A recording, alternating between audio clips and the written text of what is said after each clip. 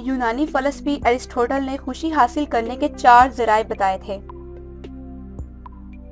سینسال، material, ethical and logical. امپیڈیکلیز نے first time یہ بات کہی کہ 4 عناصر کی کوالٹیز، یعنی مٹی جو کولڈ اینڈ ڈرائی ہوتی ہے، ہوا جو وارم اینڈ ویٹ ہوتی ہے، آگ جو وارم اینڈ ڈرائی ہوتی ہے، اور پانی جو کولڈ اینڈ ویٹ ہوتا ہے، سے ہم سبسٹینسز کی ایگزسٹنس ایکسپلین کر سکتے ہیں۔ ہپوکریٹس نے ان کو انسانی جسم کے اندر 4 قسم کے فلڈ سے منسوب کیا۔ انہیں ہیومر کا نام دیا گیا۔ ہیومر دراصل لاطینی لفظ ہیومر سے نکلا ہے، جس کا مطلب باڈی فلڈ ہے۔ 200 سال بعد گیلن نے ہیومرزم کو انسانی پرسنالٹی کے ساتھ جوڑا۔ اس کے خیال میں انسانی جذبات اور کردار کے ملان، یعنی ٹیمپرامنٹس کا تعلق ہیومر سے ہے۔ اس نے 4 قسم کے ٹیمپرامنٹس کی وضاحت کی: میلنکولک ٹیمپرامنٹ کے حامل افراد سیڈ، فیئرفل، ڈپریسڈ، پوئٹک اور آرٹسٹک ہوتے ہیں۔ اس کے بعد فلیگمیٹک ٹیمپرامنٹ کے حامل افراد سلو، کوائٹ، شائے، ریشنل اور کنسسٹنٹ ہوتے ہیں۔ اس کے بعد کولرک ٹیمپرامنٹ کے حامل افراد فیئری، انرجیٹک اور پیشنیٹ ہوتے ہیں۔ اس کے بعد سینگوین ٹیمپرامنٹ کے حامل افراد وارم ہارٹیڈ، چیئرفل، آپٹیمسٹک اور کانفیڈنٹ ہوتے ہیں۔ ان میں سے ایک ہیومر کے بڑھنے یا کم ہونے سے انسانی مزاج پر اثر پڑتا ہے۔ سینگوین پرسنالٹی کے اندر خون اضافی مقدار میں ہوتا ہے، اس لیے وہ گرم مزاج، خوش باش، امید پرست اور پر اعتماد، لیکن اس کے ساتھ خود غرض ہوتا ہے۔ فلیگمیٹک پرسن میں فلیم کی زیادتی ہوتی ہے، اس لیے وہ خاموش، مہربان، دھیما مزاج، تعقل پرست اور مستقل مزاج، لیکن سست رو اور شرمیلا ہوتا ہے۔ کولرک پرسنالٹی مستقل مزاج ہوتا ہے اور اس کے اندر یلو بائٹ کی زیادتی ہوتی ہے۔ میلنکولک پرسنالٹی کے اندر شاعرانہ اور فنکارانہ صلاحیتیں ہوتی ہیں، کیونکہ ایسے افراد کے اندر غم اور خوف کے جذبات ہوتے ہیں۔ گیلن کے مطابق پیدائشی طور پر ان ٹیمپرامنٹس کی بے اعتدال کا شکار ہوتے ہیں۔ چونکہ یہ ٹیمپرامنٹل پرابلمز ہیومرز میں عدم توازن کی وجہ سے ہوتی ہیں، اس لیے ایسے افراد کا علاج ڈائٹ اور ایکسرسائز سے کیا جا سکتا ہے۔ مثال کے طور پر، اگر کوئی فرد بہت زیادہ خود غرض ہے تو اس کے اندر خون کی زیادتی ہے، اس لیے ایسے فرد کی خود غرضی کے مرض کا علاج اس کی خوراک سے گوشت کم کر کے یا پھر اس کے جسم پر چھوٹے چھوٹے کٹس لگا کر زائد خون بہانے سے ہو سکتا ہے۔ صدیوں تک گیلن کے طریقہ کار کو درست مانا جاتا رہا، اور پھر 1543 میں اٹلی کے فزیشین اینڈریاس ویسیلیس نے گیلن کی ایناٹومی میں 200 سے زائد خامیاں نکالیں۔ بعد ازاں اگرچہ گیلن کے آئیڈیاز کی اہمیت نہ رہی، لیکن 1947 کو ہینس آئسنک نے اس بات کی تصدیق کی کہ ہمارا مزاج اکثر ہماری جسمانی حالت کے تابع ہوتا ہے۔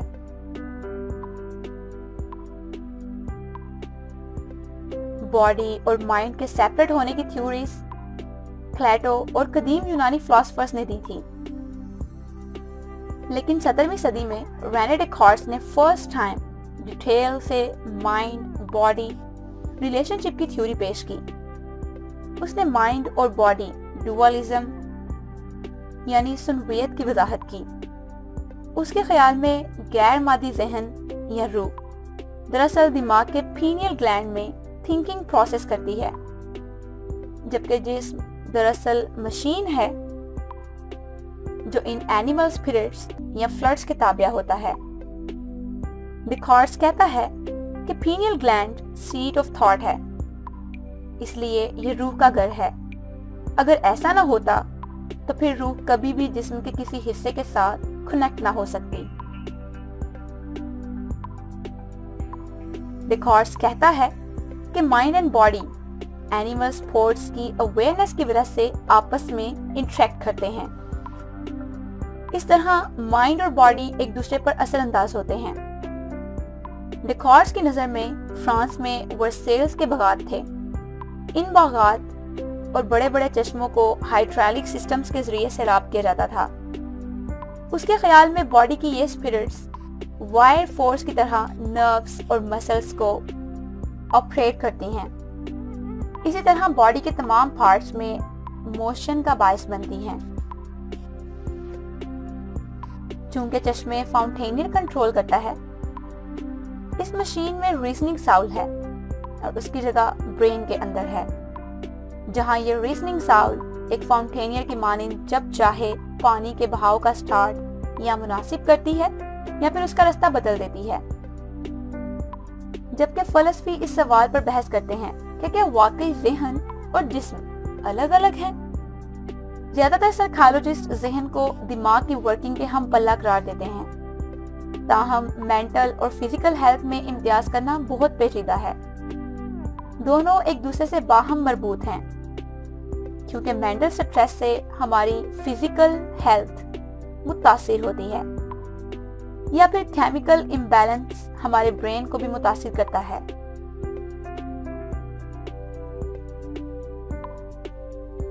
قدیم زمانے میں مصر اور یونان میں مریضوں کو سلیپ ٹیمپلز علاج کے لیے بلایا جاتا تھا.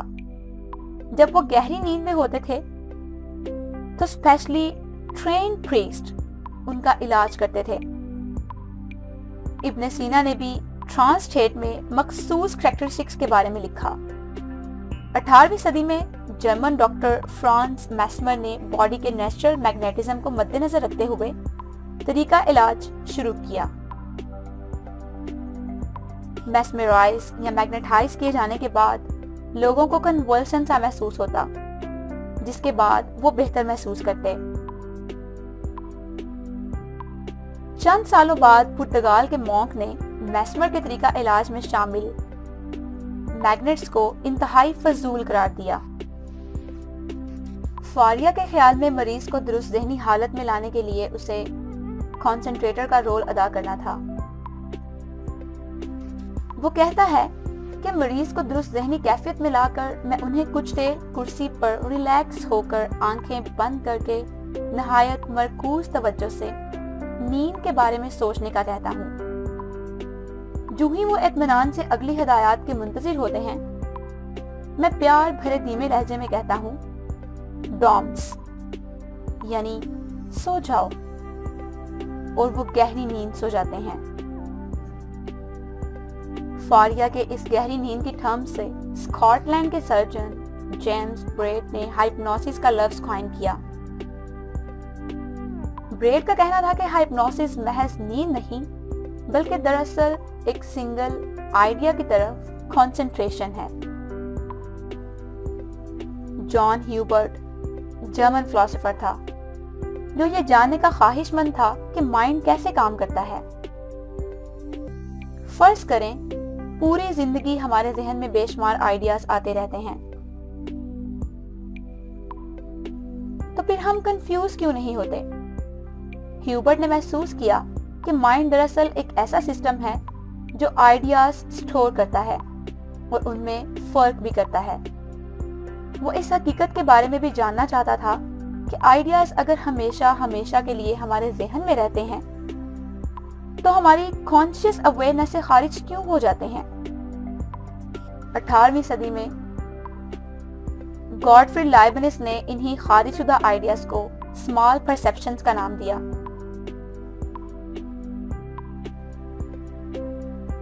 مثال کے طور پر اس نے بتایا کہ کسی چیز کو پرسیو کرنے کے بعد ہم اکثر انہیں ریکال کرتے ہیں، جیسے خواہ ہم نے ان پر اس وقت نوٹس نہ بھی کیا ہو۔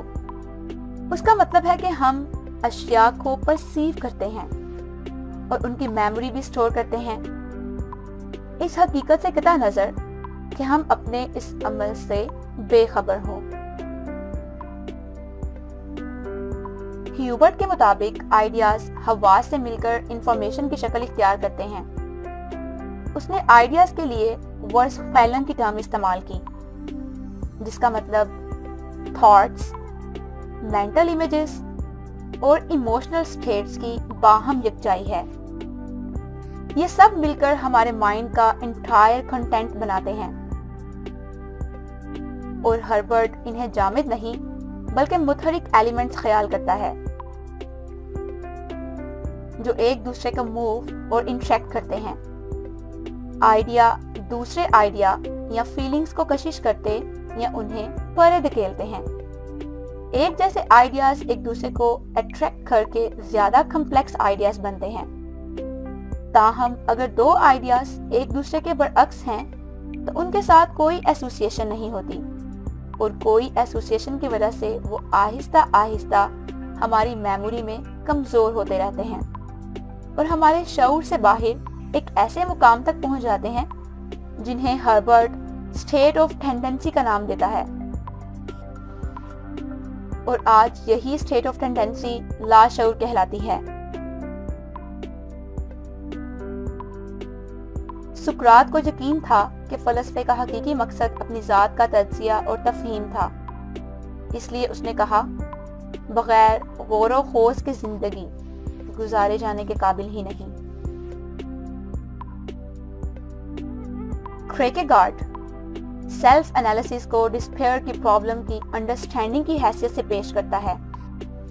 اس کا خیال ہے کہ ڈسپیئر ڈپریشن سے نہیں بلکہ اپنی ذات کی بیگانگی سے آتی ہے۔ کیرکیگارڈ نے ڈسپیئر کے مختلف لیولز بیان کیے ہیں۔ ان میں ادنا ترین لیول کی وجہ اگنورنس ہے۔ وہ فرد اپنی سیلف کے بارے میں غلط فہمی کا شکار ہوتا ہے اور اپنی ذات کے پوٹینشل کے باوجود یا نوعیت سے بے خبر ہوتا ہے۔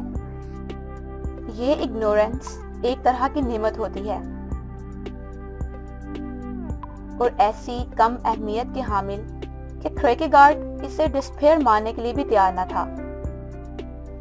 اس کے خیال میں ریئل ڈپریشن سیلف اویئرنس بڑھنے کے ساتھ بڑھتی ہے، اور ڈسپیئر کا ڈیپر لیول اپنی ذات کے گہرے ترین شعور اور پھر اسے انتہائی ناپسندیدگی کا اظہار ہے۔